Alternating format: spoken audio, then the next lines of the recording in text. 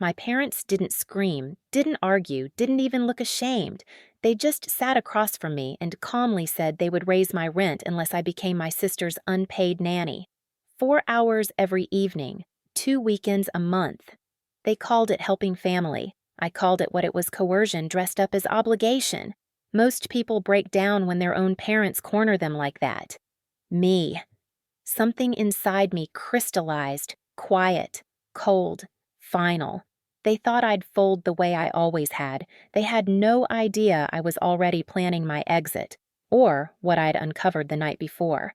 My name is Chloe Bennett, and for most of my adult life, I believed I had built enough distance from my family to breathe. Not escape, just enough space to feel like my choices were mine. 6 years ago, when I moved into the small apartment my parents owned in the suburbs of Connecticut, it felt practical. Affordable rent, close to work, my own quiet corner of the world.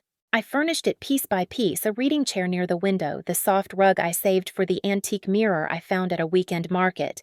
It wasn't glamorous, but it was mine. Or so I thought. Growing up, my family always presented itself as warm and functional holiday photos lined up along the hallway, matching sweaters at Christmas, my mother insisting tradition mattered more than convenience. But beneath that curated image lived an unspoken hierarchy. Serena, my older sister, was the one gravity bent toward, the one who needed more support, more attention, more understanding. When she married Ethan and had 3 kids, Ruby, Liam, and baby Ellie, the entire house rearranged itself around her life, like planets around the sun. I didn't resent her. Not really. I just learned early that in our family I was the capable one, the one expected to adjust, compromise, absorb. If Serena needed help, I gave it. If my parents needed a favor, I rearranged. If a boundary felt uncomfortable, I swallowed it. It was easier that way. But the thing about swallowing too much for too long is that eventually something catches in your throat. In the weeks before that family meeting, I had sensed a shift, a certain urgency in my mother's messages, the way she emphasized family responsibility in passing comments. Serena sounded exhausted every time we spoke. Her voice stretched thin as she talked about sleepless nights and Ethan's work trips. Still, I didn't imagine they were preparing to pull me back into the gravitational field I had spent years stepping away from. My job, ordinary by some standards but hard-earned by mine, finally felt stable. I'd climbed through long hours, difficult clients, and endless reports to become the financial analyst I was proud to be. I wasn't wealthy, but I was steady, independent, on track. And that mattered to me more than anything. So when the email arrived titled Family Meeting, Mandatory, I assumed it was another one of my mother's dramatic attempts to gather us for something trivial, like the time we debated kitchen cabinet colors for 45 minutes. I didn't know, walking into that house, that everything I thought was mine, my space, my plans, my peace, was about to be leveraged against me. The minute I stepped into my parents' living room, I knew something was off. My father was pacing near the fireplace, hands clasped behind his back, the way he did when delivering bad news. My mother sat perfectly upright on the edge of the couch, ankles crossed, lips tight. Serena was in the armchair twisting her wedding ring, a habit she'd had since high school whenever she felt guilty or overwhelmed. "You're late," my mother said the moment I walked in. "It's 11:58, I replied. The meeting was at noon. She waved off my words as if time itself bent to her expectations. My father gestured to the love seat. "Sit. We need to talk." The room felt heavy, the kind of silence that makes your skin prickle. I sat, placing my purse beside me, waiting for whatever performance this was. Serena didn't look up. That was the first red flag. My mother inhaled sharply. "Your sister needs help." Serena's shoulders tensed. "I'm drowning, Chloe," she whispered. "Keith's gone so much. The kids. It's just too much." I nodded slowly. "Okay. What kind of help are we talking about?" My father stepped in. "As a family, we support each other.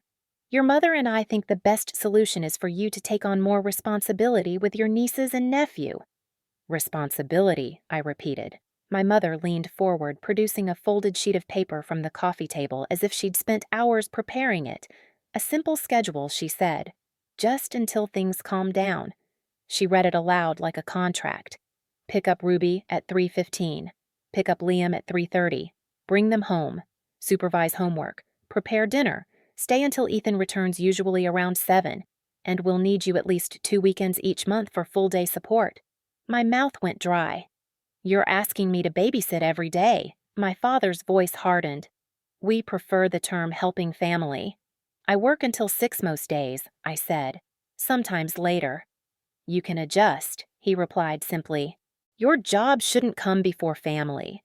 There it was, the dismissal, the minimization of everything I'd built, everything I'd sacrificed. "And if I don't adjust?" I asked quietly. My parents exchanged a practiced glance. My mother folded her hands in her lap. "Then we'll need to reconsider your current rent.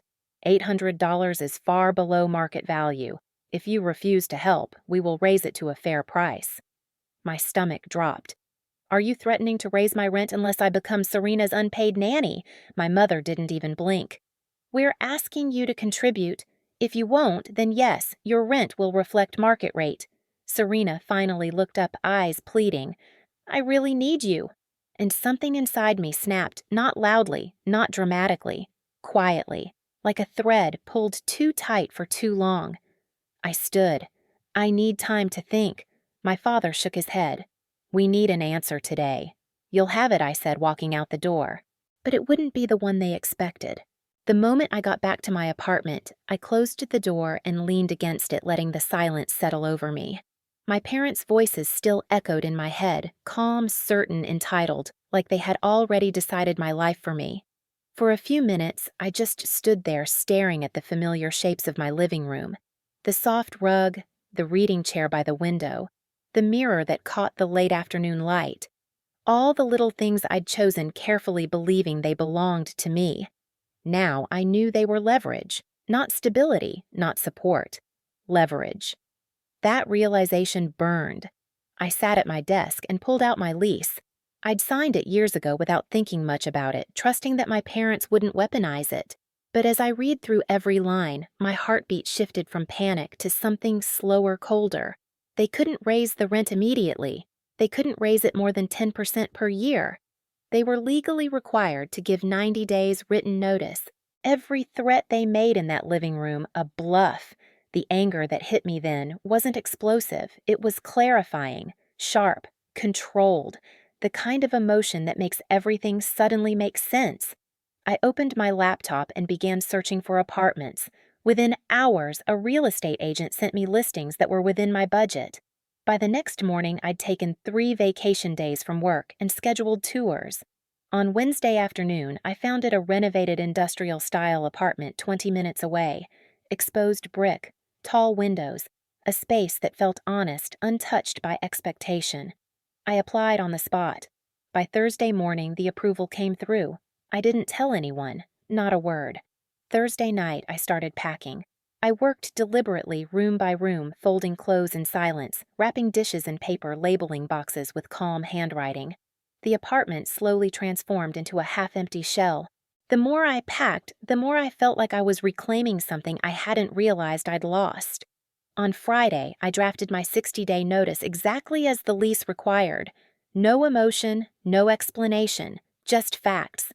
I printed it signed, slid it into an envelope, and sent it by certified mail. By Saturday morning, movers arrived right on time. Rain pattered softly against the windows as they carried out my furniture, my books, my carefully chosen decor. I walked through the apartment one final time, cleaning the counters, smoothing the wrinkles from the bedspread, making sure everything was spotless. If my parents wanted to weaponize this space, they wouldn't get a single excuse to make it messy. When the last box was loaded, I placed the keys on the counter, stepped outside, locked the door, and slid them through the mail slot. By the time my parents realized what was happening, I was already gone. My phone lit up before I even finished unpacking my first box in the new apartment. 10 missed calls, then 16, then 23. The voicemail icons stacked like warning signs. I didn't press play. I didn't need to hear my mother's clipped panic or my father's anger disguised as authority to know what they'd say. They'd gone to the apartment, they'd found it empty, and now they were spiraling. By Sunday afternoon, I'd blocked their numbers. The silence that followed wasn't peaceful, not yet, but it was mine. On Tuesday morning, a certified letter arrived at my office. They'd tracked down my workplace. My chest tightened as I opened it, half expecting threats, half expecting guilt. It was both. A demand that I return home immediately to discuss the family situation, followed by a vague statement about necessary legal steps if I didn't respond. I took the letter straight to Richard Cole's office. He read it once, sighed, then read it again more slowly the way lawyers do when something is both ridiculous and predictable. "They don't have a case," he said. I figured. "But they're escalating. So we'll respond." His letter went out 2 days later. A perfectly measured warning that all communication must go through him, that any attempt to harass or retaliate would be documented, and that no legal claims against me had standing. And just like that, the calls stopped. The silence this time felt different. Not mine, theirs. But chaos has a way of seeping through cracks. A week and a half later, my Aunt Veronica called. I stared at the screen for a long moment before answering. "They're losing it," she said before I could speak. "Your mother is furious. Your father is—" I don't know. Embarrassed, confused. Both. I didn't say anything. I didn't owe her a defense. "They hired a nanny," she added quietly. "It's costing them real money." There it was. The chaos. The consequence. Still, the story wasn't over. 2 weeks later, Richard called me into his office. "Your parents have requested a mediation session," he said. "It appears they've also retained counsel." Of course they had. My parents were the type who hated losing more than they valued being right. I could have refused, but a part of me wanted everything on record. I wanted the truth laid bare, not just in my memory, but in a room where no one could rewrite it later. The mediation was scheduled for a cold November morning at a business center near downtown. I arrived early, dressed in a dark navy suit, hair pulled back, hands steady. Richard walked beside me with the calm confidence of someone who'd handled far uglier family disputes. Inside, my parents sat at one side of a long table, their lawyer Patricia Winters beside them. My mother's face was pale. My father's jaw was tight. Neither looked at me. The mediator, an older man named Donald Hughes, cleared his throat and explained the rules. No interruptions, respectful language, everyone would have time to speak. My father jumped in first. "We're here because our family has been fractured over a misunderstanding." A laugh rose in my throat, sharp and humorless, but I swallowed it. My mother tried to soften her tone. "We simply asked Chloe to support her sister during a difficult time. We didn't expect her to flee." "Flee?" I repeated, my voice even. "I followed the legal terms of my lease and moved to a new apartment. We offered affordable housing," my father snapped. "And in return, I cut in you threatened to raise my rent, unless I became my sister's unpaid nanny." Patricia shifted forward. "My clients regret how that conversation came across." "No," I said. "Let's not rewrite it. They said the words. Raise your rent unless you help." They said it calmly, proudly, as if it were reasonable. My mother's shoulders tensed. We were trying to help Serena, and you decided my life, my time, my job were all negotiable so hers wouldn't be. You weaponized rent. You used the apartment I cared for and paid for as leverage. You didn't ask me to help. You told me I owed it. Silence spread across the room, thick and uncomfortable. Even Patricia seemed unsure how to proceed. Richard leaned forward. "My client is willing to maintain a relationship, but only if boundaries are respected. No financial threats, no childcare obligations, no interference with her housing or career." My father's face reddened. "So that's it. You expect us to accept these demands?" I held his gaze. "I expect you to accept that I am an adult, and that coercion is not family." My mother's eyes filled with a mix of anger and wounded pride. "We just wanted you home." "This wasn't about home," I said quietly. "This was about control." Donald interjected gently. "Let's focus on a possible resolution." It took another 30 minutes of back and forth, my parents shifting between defensiveness, justification, and reluctant acknowledgement, but eventually they agreed. They would respect boundaries. They would stop using financial leverage. They would not pressure me into childcare.